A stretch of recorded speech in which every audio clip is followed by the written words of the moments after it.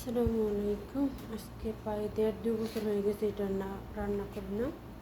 এতে পেঁয়াজ, টমেটো, ধনিয়া পাতা, রসুন, এখানে মশলা হবে হলুদের গুঁড়া, জিরা, তারপরে ধনিয়ার গুঁড়া, পাঁচফোড়ন মানে বাসমতি, তেল, লবণ, লেবুর রস। Hi Yani, Aileen, hi. এখানে সব রকমের মশলা আছে। একটা মাংস রান্না করতে যা যা মশলা লাগে সবই আছে এখানে। আর এই যে তেল বাকি আছে, তেল দেবো, লেবুর রস দেবো।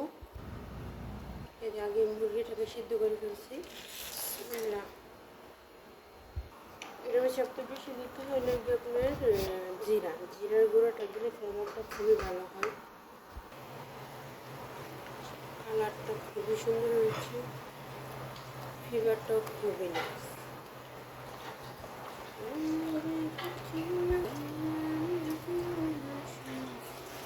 আইলিন সাউই ক্লিন প্লেট। 2 রকমের ভাত, একটা সাদা একটা হলদে। এটা মুসলিম বাহারের, এটা সাদা ভাত।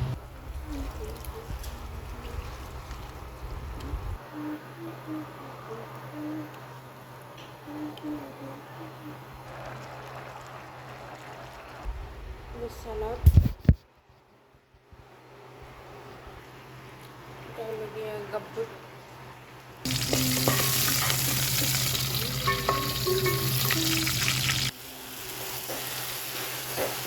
আমাদের বাংলাদেশে তো লবণ ছাড়া ভাত রান্না হয়, এখানে লবণ ছাড়া ভাত রান্না মজা লাগে।